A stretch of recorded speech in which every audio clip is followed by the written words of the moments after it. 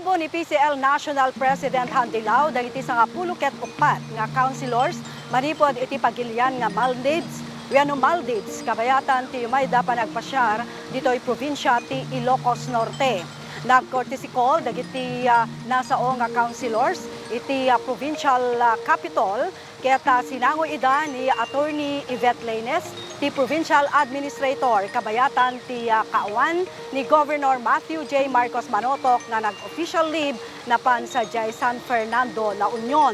Naipresentar kadakwada dagiti best practices ti Provincial Government ti Ilocos Norte, mabenmet ti panaydaulo ni Provincial Planning and Development Officer, Engineer Pete Agkawili. Ti grupo dagiti councilors manipod sa Pagilian nga Maldives, keta indaulwan ni Councilor Musa Shafiq. Kabayatan na dinaydayaw dagiti agpanpandaylinteg manipod sa Maldives, ti kinapintas, kinatalna, ken kinadalos ti probinsya ti Ilocos Norte. Manipod iti provincial capital, Marivic Vicky Adena nagipadamag, narimat nga rapaap, intay amin maragpa.